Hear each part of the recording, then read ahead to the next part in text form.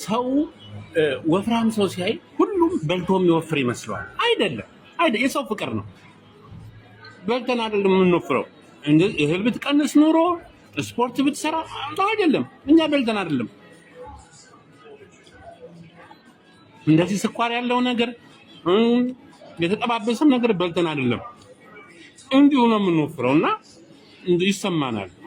እህል ብትቀንስ ኑሮ ምናምን የምትሉ ሰዎች እያስባችሁልን በልተን አይደለም፣ እህል አይደለም፣ የእናንተ ፍቅር ነው።